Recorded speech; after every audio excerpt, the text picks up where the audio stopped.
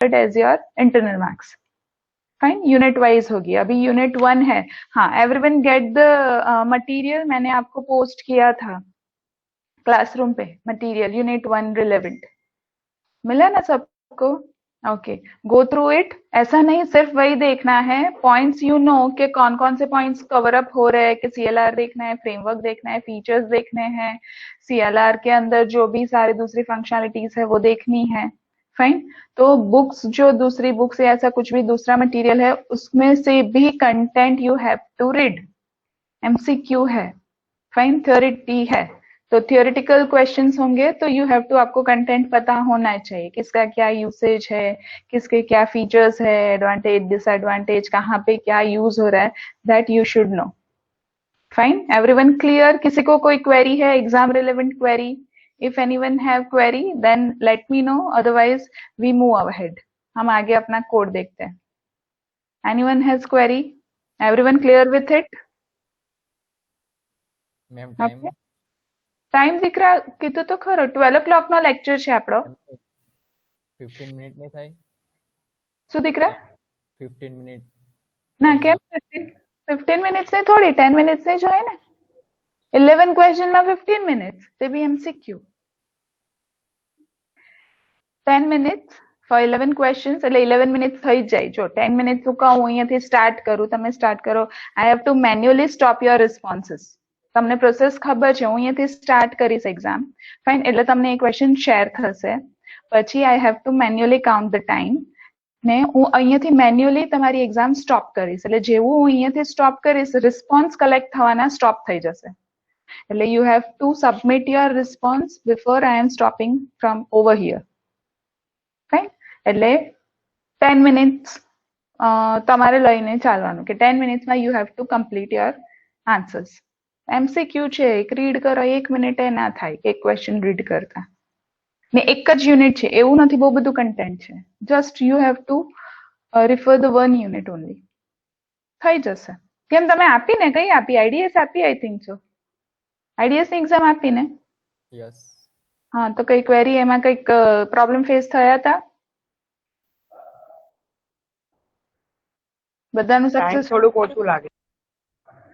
Time પણ એ દીકરા first exam હતી ને, તમારે સ્ટાર્ટ કરતા સમજવામાં એ બધા વાર લાગી હશે, બરાબર? મેં લીધી સી શાર્પની, તમને ખબર હશે, એ ડિવિઝનમાં થઈ ગઈ, બધાનું મોસ્ટલી 99% સ્ટુડન્ટ્સનું કમ્પ્લીટ થઈ ગયું હતું। કોનું રહી ગયું તે હું કહું, એક મેં તમને એક એક્ઝામ્પલ આપ્યું કે સ્ટુડન્ટ્સ જે ફર્સ્ટ ટાઈમ કનેક્ટ કરે છે, ફર્સ્ટ ટાઈમ અટેન્ડ કરે છે, બરાબર, એ લોકોને ના ખબર હોય કે કેવી રીતે કનેક્ટ કરવાનું છે, કેવી રીતે ઓપન કરવાનું છે, શું લિંક નહીં મળી હોય, લિંકમાંથી ઓપન નહીં થયું હોય, એ પ્રોબ્લેમ, એ લોકોનું ડિલે થાય। હવે 1-2 જણના ડિલેના લીધે હું ક્વેશ્ચન રિસ્પોન્સ લેવાનું ડિલે નહીં કરી શકું, ખાલી 2 જ જણને આ પ્રોબ્લેમ થયેલો હતો।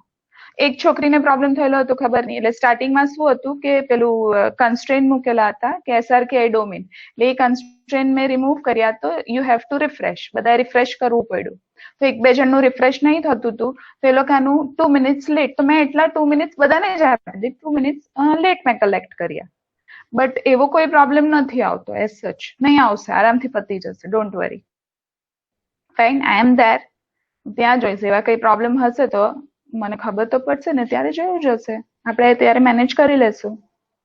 ફાઇન, બીજી કોઈને ક્વેરી, કઈ પ્રોબ્લેમ ફેસ થયો, બીજો કોઈ પ્રોબ્લેમ કે નથી કનેક્ટ કે ઓપન થવામાં, પ્રોબ્લેમ સબમિટ થવામાં? હા, બીજો એક જે હું તમને કહું છું, જો મેં જે પ્રોબ્લેમ જોયો તે તમને ખ્યાલ હોય તો ઉપર તમારે તમારું ઈમેલ આઈડી લખવાનું હોય છે, response starting of your exam, ખબર છે ઈમેલ આઈડી પૂછે છે, તો એ પ્રોપર તમે જે ઈમેલ આઈડી થી રજીસ્ટર્ડ છો ગૂગલ ક્લાસરૂમમાં, એ ઈમેલ આઈડી વ્યવસ્થિત લખજો। 2-3 જણાએ શું કર્યું કે ઈમેલ આઈડી લખવામાં મિસ્ટેક કરી, આલ્ફાબેટિકલ મિસ્ટેક કરી, કે માઇનર મિસ્ટેક થઈ ગઈ જલ્દી લખવામાં, તો મેં અહીંયાથી જ્યારે માર્ક્સ સેન્ડ કર્યા, રિસ્પોન્સ પાછું સેન્ડ કર્યું, ગ્રેડ તો તરત જ ઓટોમેટિકલી કાઉન્ટ થાય, મારે અહીંયાથી ખાલી સેન્ડ જ કરવાના હોય ગ્રેડ્સ, તો 2-3 જણાને નહીં મળ્યા। કેમ નહીં મળ્યા? કારણ કે એ લોકોએ આઈડી ખોટું લખેલું હતું ઉપર, તમે જે આઈડી લખશો એના પર તમારા રિઝલ્ટ સેન્ડ થશે, સો એ તમે જે લખો તે અને આ ક્લાસરૂમમાં જે છે તે 2 મેચ થવા જોઈએ, બરાબર છે? એમાં પ્રોબ્લેમ નહીં કરતા। શાંતિથી 1 મિનિટ જોઈએ તો લેજો ને વ્યવસ્થિત એક એક આલ્ફાબેટ એકવાર રીચેક કરજો કે તમે ઈમેલ આઈડી લખ્યું એ પ્રોપર લખ્યું કે નહીં લખ્યું. ફાઇન. બીજી તો કોઈ ક્વેરી એસ સચ એવી ફેસ નથી થઈ. ઠીક છે? Everyone clear with it? Fine. So now V move ahead. આજે તમારી એક્ઝામ છે કોઈ? યસ. ઓકે, આરડીબીએમએસ. ઓકે ફાઇન, કઈ નહીં, આપણે 11:45 હું તમને ફ્રી કરી દઈશ. ઓકે, 11:45 ફ્રી કરી દઈશ. ચલો હવે કોઈ પહેલા મને બ્રીફ કરો કે લાસ્ટ આપણે શું કર્યું હતું. મને નથી ખબર લાસ્ટ કોડ આપણે કયો જોયો હતો. એનીવન બ્રીફ મી ફાસ્ટ. કઈ કઈ ફંક્શનાલિટી આપણે ડેટાબેઝમાં જોઈ? બહુ દિવસ થઈ ગયા એટલે તમે લોકો એ ભૂલી ગયા?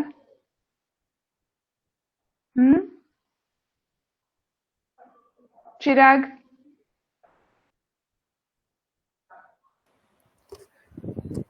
મેમ કઈ ડ્રોપ ડાઉન વાળું કંઈક બતાવતું હતું, અપડેટ થાય છે. ડ્રોપડાઉન બાઇન્ડ કરવાનું બાકી છે ને તમારે? ડ્રોપડાઉનમાં ડેટા ફેચ કરવાના એ બતાવવાનું બાકી છે? ના, આઈ ગેસ એ કરાવી દીધેલું હતું. તો કોઈ મને બ્રીફ કરો. ચલો, how can we bind dropdown? મને કોઈ કહેશે? Which property we have to set to bind the drop down with the data? Chalo, fast. I want answer. कौन कैसे?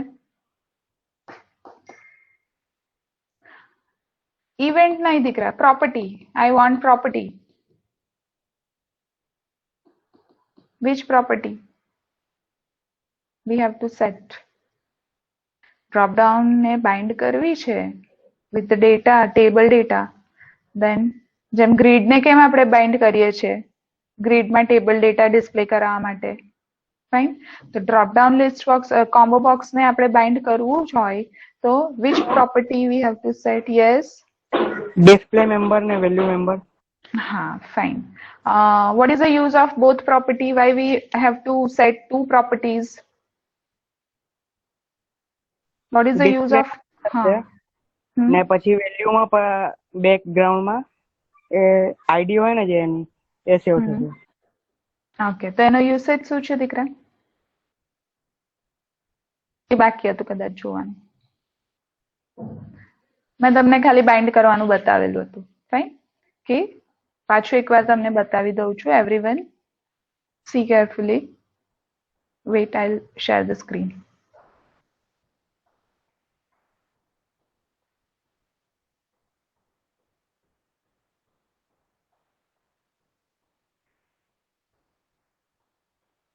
Fine. See, whenever we want to bind the data in combo box like a grid view, but difference, what is the difference between grid view and combo box? कौन कैसे बने? What is the difference between grid view and combo box? बनने both things are used to display the table data. Fine. But what is the difference between it?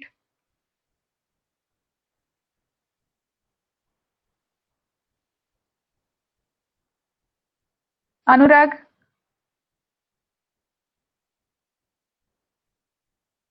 Anurag?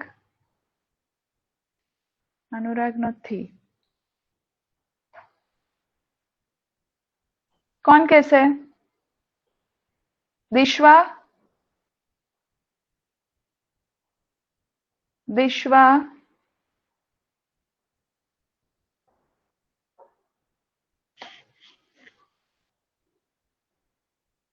हाँ बेटा, unmute कर. Answer me. कौन सा अनुराग? हाँ, आप ही बोल दो. अनुराग जायसवाली. अनम्यूट करो, आंसर दो. मैम. हाँ बोलो. ग्रिड व्यू में सारे डेटा एक साथ दिखाई देते हैं और अपना कॉम्बो बॉक्स में कोई एक फील्ड ही दिखाई देगी. हाँ, गुड. एनी वन कॉलम, ठीक है। ग्रिड व्यू में सारी कॉलम्स आएगी, डिस्प्ले होगी। कॉम्बो बॉक्स में जो सिंगल कॉलम हमें डिस्प्ले करनी है with its all records multiple rows, वो डिस्प्ले होगी। तो कॉम्बो बॉक्स को जब भी बाइंड करना है, सेम थिंग जैसे हम ग्रिड को बाइंड करते हैं, एडेप्टर में क्वेरी पास करेंगे, simple query, select star from table, fine, connection pass होगा, हमने डीएस को फिल कर दिया। आफ्टरवर्ड्स क्या करना है, we have to set the property of the combo box. First उसको बाइंड करना है, तो बाइंड करने के लिए डेटा सोर्स प्रॉपर्टी, जिसमें हम ds dot table of 0, same grid view जैसा, ग्रिड व्यू में यहां तक करते हैं, ठीक है। फिर एक्स्ट्रा 2 थिंग्स जो यहाँ पे करते हैं, यहाँ पे हमें सिंगल कॉलम डिस्प्ले करवानी है। तो जो कॉलम के डेटा डिस्प्ले करवाने हैं, that should be specified in display member property, fine. हम क्या कर रहे हैं, department name we have to show in the combo box, तो we have to set display member equal to what, department name. ये क्या है, आपकी कॉलम का नेम, टेबल में जो कॉलम नेम होगी ना, ठीक है, वो नेम, टेबल में जो कॉलम नेम होगी, फील्ड का नाम जो होगा वो। और वैल्यू मेंबर में हम सेट कर रहे हैं department ID which is a primary की। ये क्यों कर रहे हैं, बिकॉज जब भी with the use of this selected data, department name हम जो भी सिलेक्ट कर रहे हैं, वो नेम पे से अगर और कोई फंक्शनैलिटी करवानी है हमें एट दैट टाइम, जब हम क्वेरी या कुछ भी फायर करते हैं, तो यू नो के वी वांट यूनिक डेटा, ठीक है, प्राइमरी की डेटा चाहिए हमें। तो डिपार्टमेंट नेम तो यूनिक नहीं होगा, प्राइमरी की जो दूसरे टेबल में फॉरेन की बनती है, ठीक है, वही हमें यूज करनी होगी। तो for that purpose we are storing the primary की फील्ड इन वैल्यू मेंबर, ठीक है, प्राइमरी की फील्ड इन वैल्यू मेंबर। यहाँ पे department ID is a primary की जो हमने वैल्यू मेंबर में स्टोर किया। ये सिर्फ जो भी डिपार्टमेंट हम सिलेक्ट करेंगे, कॉम्बो बॉक्स में मैंने डिपार्टमेंट सिलेक्ट किया एचआर, तो एचआर का एचआर डिस्प्ले होगा, ठीक है, और एचआर का डिपार्टमेंट आईडी जो भी होगा, फॉर एग्जाम्पल 03, तो it will be stored, display member में स्टोर होगा एचआर और वैल्यू मेंबर में स्टोर होगा 03। ना उसको यूज कहां पे कर सकते हैं, see I run the form,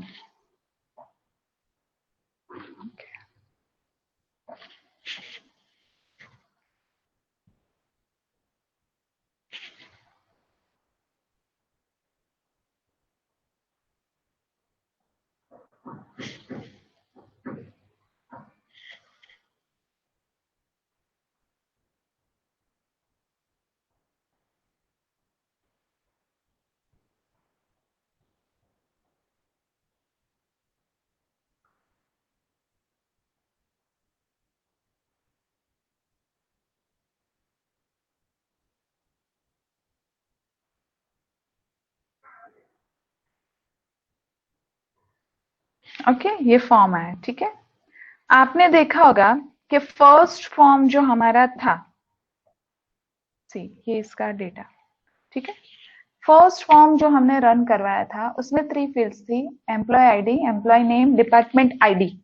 और ये डिपार्टमेंट आईडी जो था वो हमने क्या रखा था, टेक्स्ट बॉक्स।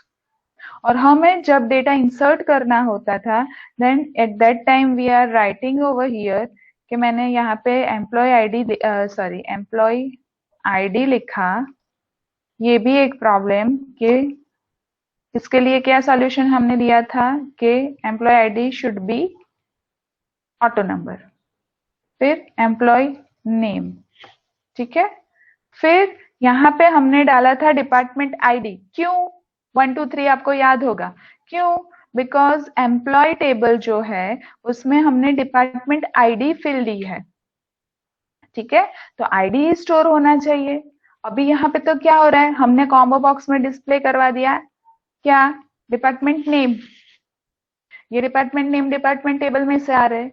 ये किसके लिए हमने ऐसा क्यों किया, for the conveniences of the user, कि यूजर को थोड़ी पता होगा, मुझे अगर यहाँ पे ये एम्प्लॉय को प्रोडक्शन डिपार्टमेंट में डालना है, तो यूजर तो फ्रीक्वेंटली चेंज होते रहेंगे जो भी ये डेटा एंट्री कर रहे हैं।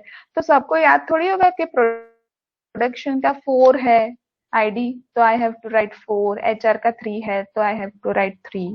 तो for their convenience we are using the combo box कि यहाँ पे उसके डिपार्टमेंट नेम ही आ जाए। बट अब जब हम यहाँ पे ये डेटा इंसर्ट करेंगे, ठीक है, रिकॉर्ड इंसर्टेड, तो क्या प्रॉब्लम होगा? एक तो यहां से तो गया प्रोडक्शन, नेम गया डिपार्टमेंट का, बट यहाँ पे स्टोर क्या होना चाहिए? आईडी टेबल में। सी, तो अभी देखो हमने डेटा इंसर्ट किया 14 नंबर का, ठीक है, एम्प्लॉय आईडी एम्प्लॉय नेम आया और यहाँ पे आया डिपार्टमेंट आईडी स्टोर हुआ। डिस्प्ले यहाँ पे भले डिपार्टमेंट नेम हो रहा है बट स्टोर क्या हो रहा है? उसका आईडी। तो ये आईडी कहाँ से आएगा? जब हम इंसर्ट की क्वेरी फायर करेंगे तब in place of department name we have to fill the department ID. तो वो करने के लिए, पता चल रहा है ना सबको? वो करने के लिए हमने वो वाली प्रोसेस की थी। कौन सी वाली? ये वैल्यू मेंबर वाली। वैल्यू मेंबर में डिपार्टमेंट आईडी स्टोर है। तो whenever we fire the insert query, कहाँ गई? whenever we fire the insert query में डेटा कैसे जाएगा? सी, 3 डेटा जाने चाहिए, employee ID, employee name, department ID. Employee ID text box है, एम्प्लॉय नेम टेक्स्ट बॉक्स में से जाएगा, ये आपको पता है। अभी डिपार्टमेंट आईडी तो वो जा रहा है कॉम्बो बॉक्स में से, ठीक है। तो कॉम्बो बॉक्स लिया, कॉम्बो बॉक्स का नेम डॉट, कॉम्बो बॉक्स की में जो भी सिलेक्ट किया होगा हमने, जो भी आइटम, वो कौन सी प्रॉपर्टी में स्टोर होगी? कौन मुझे बताएगा? चलो, कॉम्बो बॉक्स में मैंने जो भी आइटम सिलेक्ट की है, जैसे टेक्स्ट बॉक्स में उसकी डॉट टेक्स्ट प्रॉपर्टी में स्टोर होता है जो भी हम लिखते हैं वो, वैसे कॉम्बो बॉक्स में हम जो सिलेक्ट करेंगे वो उसकी कौन सी प्रॉपर्टी में स्टोर होता है?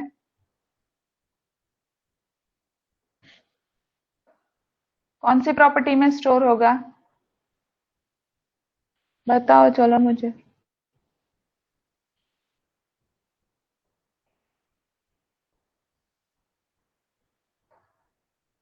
ये कॉम्बो बॉक्स, ठीक है।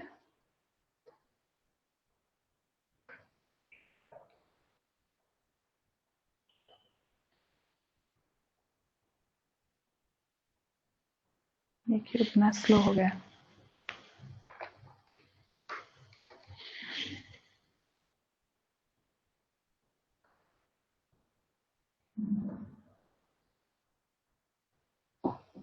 चलो बताओ मुझे, कॉम्बो बॉक्स की कौन सी प्रॉपर्टी में ये कॉम्बो बॉक्स मैंने सिलेक्ट किया?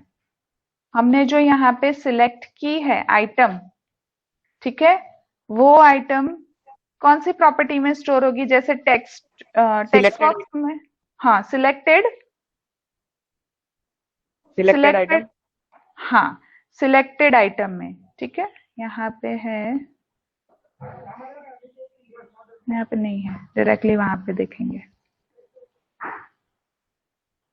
सिलेक्टेड आइटम उसमें होगी, बट हमें क्या करना है? हमें आइटम तो इंसर्ट नहीं करवानी है, हमें क्या इंसर्ट करवाना है? आईडी उसका जो वैल्यू मेंबर में है, ठीक है।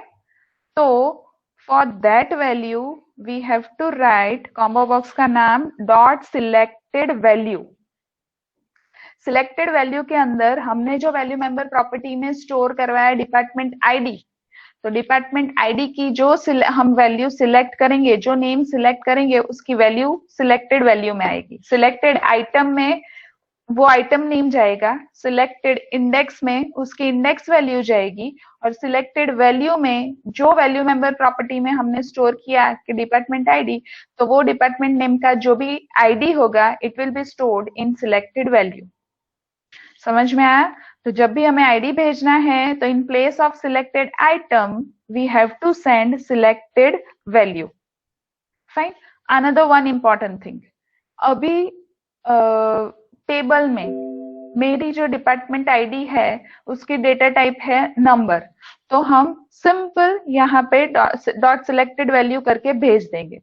बट अगर आपका डिपार्टमेंट आईडी या कोई भी आईडी, जो भी आईडी की वैल्यू आप भेज रहे हो वो स्ट्रिंग है, टेक्स्ट है, डेटा टाइप, तो आपको क्या करना पड़ेगा, क्या करना पड़ेगा मुझे बताओ चलो। अगर टेक्स्ट है तो what I have to write here, चलो fast, give me the answer. What changes I have to make here, over here, यहाँ पे कोई चेंजेस करने पड़ेंगे? Single quote. हाँ, क्योंकि टेक्स्ट है, ठीक है, तो यहाँ पे एक और यहाँ पे एक। Another important thing, combo box में से जो वैल्यू जा रही है वो उसकी वैल्यू होगी, ठीक है, combo box value. Text box की वैल्यू डिफॉल्ट स्ट्रिंग वैल्यू होती है, कॉम्बो बॉक्स में कोई भी वैल्यू स्टोर होती है। So we have to manually, यहाँ पे we have to specify to string, ठीक है, टू स्ट्रिंग, ऐसा करना पड़ेगा। समझ में आया? ठीक है, वैल्यू को स्ट्रिंग में कन्वर्ट करके हम भेजेंगे। तो two changes you have to make if your value is in text data type id, एक तो सिंगल इन्वर्टेड और दूसरा टू स्ट्रिंग। अभी मेरी आईडी जो है it is in number format, तो मैं यहाँ पे ये नहीं रखूंगी, ठीक है। समझ में आया सबको? Anyone has a query regarding it? किसी को नहीं पता चला हो तो मुझे बताओ, मैं वापस एक्सप्लेन करूंगी। एवरीवन अंडरस्टैंड कि हमने यहाँ पे सिलेक्टेड वैल्यू क्यों लिखा, ठीक है। अनदर वन मोर थिंग, अभी यहाँ पे तो कोई प्रॉब्लम नहीं आएगा तो रहने दो, कंफ्यूजन होगा, मैं बाद में समझाऊंगी। जब है ना, सिंपल एक लॉजिक समझो, यहाँ पे डेस्कटॉप एप्लीकेशन है तो वो प्रॉब्लम नहीं आ रहा, but when you work with web application तब एक प्रॉब्लम आएगा कि यहाँ पे जैसे ही हमें ये प्रैक्टिस है कि we have to open the connection, functionality complete हो तो we have to close the connection, फिर दूसरी फंक्शनलिटी स्टार्ट होगी तो we have to open it and close it, ठीक है। But when you want to use the value of one function into another function, तो at that time आपका connection है ना कंटिन्यूशन में होना चाहिए। तो यहाँ पे कनेक्शन आपको क्लोज नहीं करना है, क्यों? क्योंकि डिपार्टमेंट आईडी यहाँ पे जो होगी, ठीक है, that we have to use in another functionality यहाँ पे। तो यहाँ पे फिर क्या करना है, अगर वहां पे क्लोज नहीं कर रहे हैं तो यहाँ पे ओपन नहीं करना है, और एक ही टाइम लास्ट में जब वो कंप्लीट हो जाए तब यहाँ पे क्लोज करो। बट डेस्कटॉप में ये प्रॉब्लम नहीं आएगा, ठीक है, you can open and close, तो भी आपकी वैल्यू रिटेन रहती है। वहां पे क्या होता है वेब एप्लीकेशन में कि वो फंक्शनैलिटी में यहाँ पे कनेक्शन क्लोज किया ना तो समटाइम सेशन क्लोज हो जाता है, तो वो वैल्यू डिस्कार्ड हो जाएगी, यहाँ पे आपने जो लिखी होगी वो वैल्यू, ठीक है, वो वैल्यू डिस्कार्ड हो जाएगी। तो दूसरी फंक्शनैलिटी में हमें वो प्रीवियस वैल्यू यूज करनी है तो यहाँ पे वो ब्लैंक जाएगी, तो प्रॉब्लम, एरर अकर होगी। बट यहाँ पे अभी के लिए फिलहाल it is working in desktop, कोई प्रॉब्लम नहीं है। तो you have to open and close, आप जो फॉलो कर रहे हो वही करना है, ठीक है। चलो, तो ये लिख लिया सबने। ये इंसर्ट क्वेरी लिख दो, insert query for combo box value, selected value, ऐसा करके, ऐसा हेडिंग कमेंट करके ये इंसर्ट क्वेरी लिख दो। Insert query with combo box selected value करके लिखो, चलो फटाफट बुक में लिखो। कॉम्बो बॉक्स वाला तो आपने लिखा है ना, प्रॉपर्टी, ये लिख लो।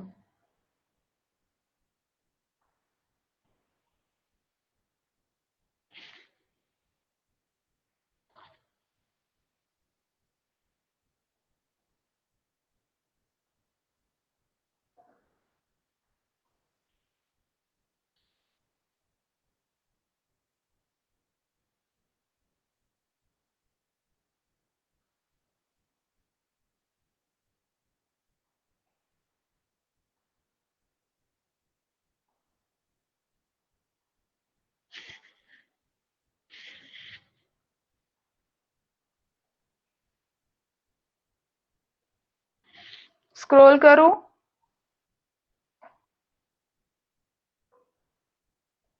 मेन जो आपको लिखना है, दिस थिंग।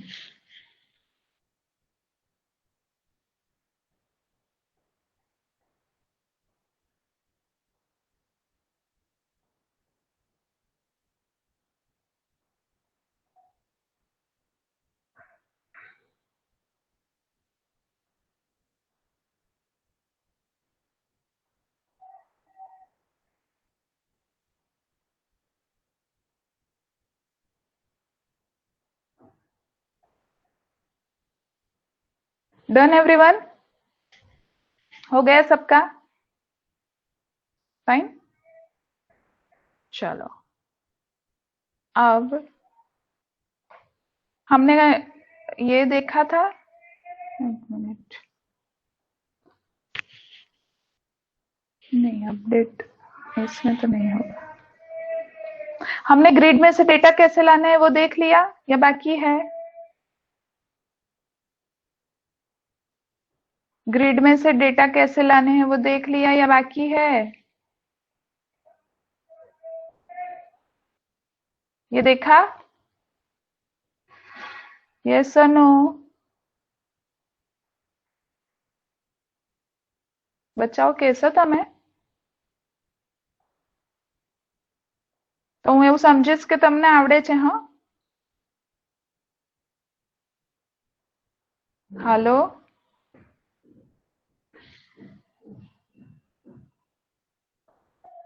નથી સંભળાતું કોઈને?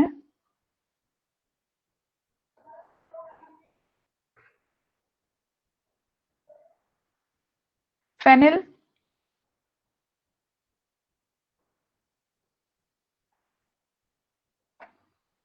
Am I audible or not audible to you? હા, તો આન્સર આપો ને દીકરા મને.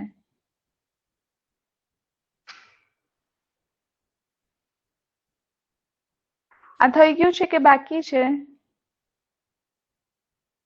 યાદ નથી તો એ કહો કે યાદ નથી. બુકમાં જો કોઈ બાકી બુક છે લખી. કદાચ. કદાચ નહીં. બાકી છે શ્યોર? Okay fine. તો ફોર અપડેટ ટુ લોજિક આપણે જોયા. For update fine.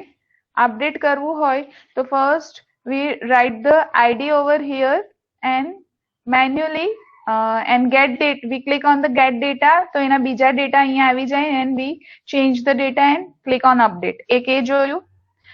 another logic for update કે next અને previous ના બટન હતા. fine. when we click on next records અહીંયા change થાય. જે record particular record ની value change કરવી છે, make change over here and click on update.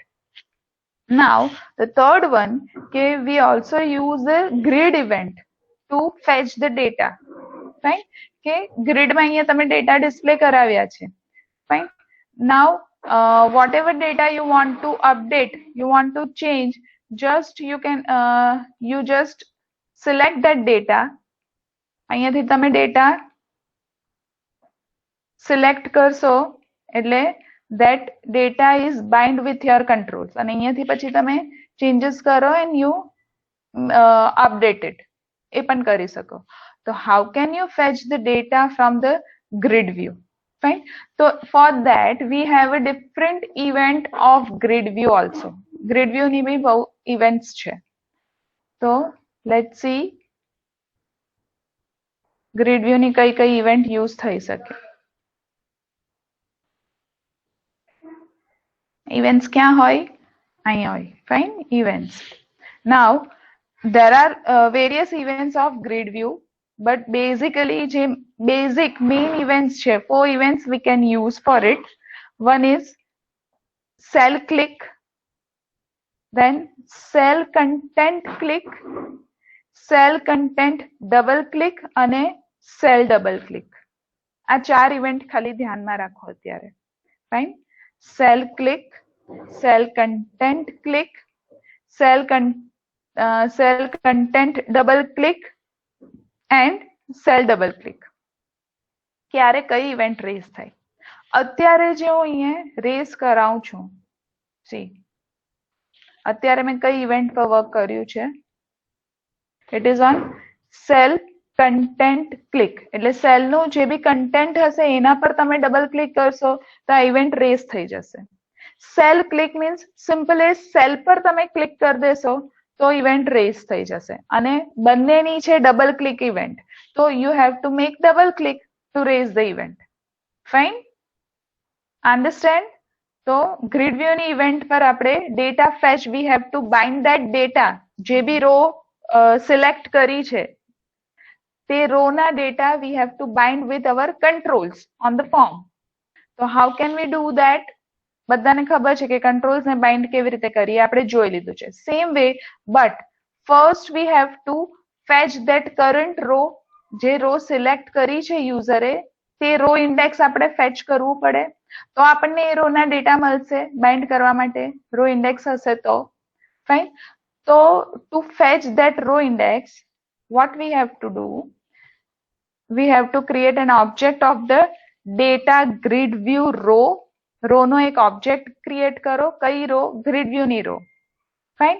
એની અંદર વેલ્યુ શું સ્ટોર કરાવી છે? this dot grid view name dot rows. હવે રોઝ ની અંદર તમને ખબર છે કે નીચે બી આપણે જ્યારે simple ds dot table of 0 dot rows of I કરીને આપણે પાસ કરતા હતા. Means V have two pass the index value.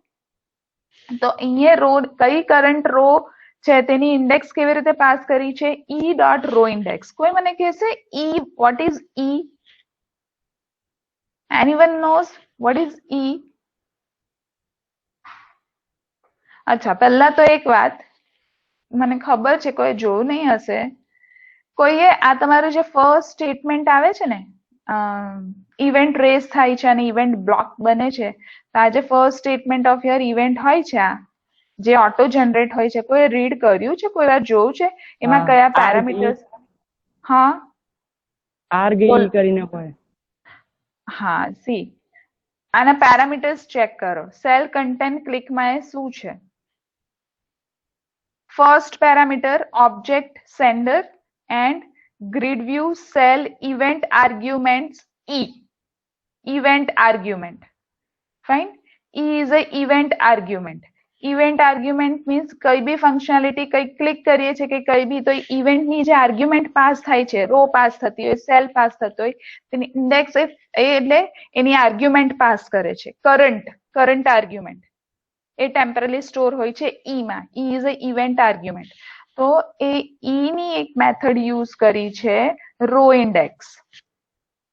તો with the use of this we can fetch the current selected row index from the grid view of the grid view. Fine. grid view ની current index આપણને મળી જશે e dot row index થી, current selected. તો અહીંયા આપણી પાસે હવે આવી ગયું આ રો ઓબ્જેક્ટમાં શું આવી ગયું? current row index value. Now another step is to bind the data with the control. તો તમને ખબર છે આપણે શું લખતા હતા? કંટ્રોલ નું name dot text equal to અહીંયા શું લખતા હતા? પેલું ds dot table of 0 dot row of I 0 row column. Fine. તો એ ડેટા ફેચ થતો તો ટેબલમાંથી. Now we are fetching the data from the grid view. So for that what we have to write? row means current row મળી ગયા આપણને. આ row ઓબ્જેક્ટમાં current row હશે, current row નો આખો ડેટા હશે આપણી પાસે. Fine. Row dot cell of 0. હવે કરંટ રો તો છે જ આપણી પાસે. Now we have to specify the column name, column number. કઈ કોલમ? તો cell of 0 means first column જે હશે તેની value, dot value dot to string, cell 0 ની વેલ્યુ, અને એને આપણે ટેક્સ્ટ બોક્સ જોડે બાઇન્ડ કરીએ છીએ એટલે અહીંયા શું લખ્યું છે? Dot to string. સમજ પડે છે? Same way employee name dot text box dot text equal to row dot cell of 1 dot value dot to string. Now third અહીંયા જે છે it is important. text box હશે તો સેમ વે માં આપણે આઈડી લઈ આવશું. હવે ગ્રીડ વ્યૂ માં તો અહીંયા ડિસ્પ્લે શું થાય છે? અવર આઈડી, ડિપાર્ટમેન્ટ આઈડી. અહીંયા આપણે શેની સાથે બાઇન્ડ કરવાનું છે એને? કોમ્બો બોક્સ સાથે. ફાઇન. કોમ્બો બોક્સ સાથે. તો for that what we have to do directly તો બાઇન્ડ થશે નહીં આવી રીતે આ જે સ્ટેટમેન્ટ લખ્યું છે એવી રીતે બાઇન્ડ થશે તો જો આવી રીતે બાઇન્ડ કરશું તો શું આવશે એનો આઈડી આવશે બટ આપણે તો શું ડિસ્પ્લે કરાવવાનું છે એનું નેમ ફાઇન તો અહીંયા શું કર્યું પહેલા એક વેરિયેબલમાં એને સ્ટોર કરી દીધું ફાઇન એ વેલ્યુ જે છે એનો આઈડી ડિપાર્ટમેન્ટ આઈડી એ રોનો તેને એક એ વેરિયેબલમાં સ્ટોર કરી દીધો પછી શું કર્યું આપણે કોમ્બો બોક્સને પાછું બાઇન્ડ કરાવ્યું સેમ જે બાઇન્ડિંગ મેથડ છે તે જ કે select star from table but અહીંયા શું કર્યું એ કોમ્બો બોક્સમાં સિલેક્ટેડ કયું આવવું જોઈએ જે રો માંથી છે તે જ નેમ આવવું જોઈએ સી એટલે એકવાર જો તો તમને ખ્યાલ આવશે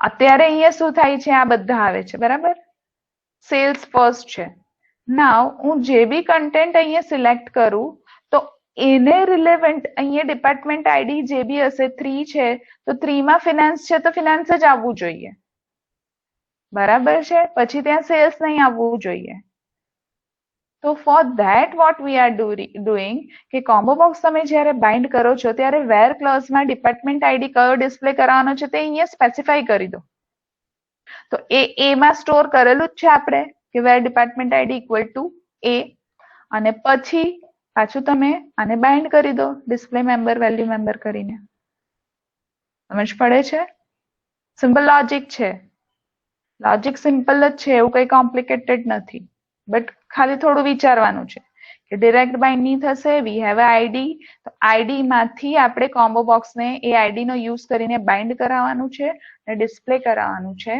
name fine so everyone understand કે how can we bind the data from the grid view to the control fine તમારો ટાઈમ એઝ સચ થઈ ગયો છે આજે એક્ઝામ છે એટલે હું નથી વધારે કરતી પછી લખી દેજો એવું કરજો ફાઇન રિટર્ન નેક્સ્ટ લેક્ચરમાં આનો કોડ તમે લખી દેજો આજે ચાલશે આટલું સમજ પડી કોઈને ક્વેરી છે રિગાર્ડિંગ ઇટ આટલું જે કર્યું એમાં કોઈને કઈ ક્વેરી આજે જોયું એમાં સમજ પડી બધાને કે કેવી રીતે બાઇન્ડ કરશું આપણે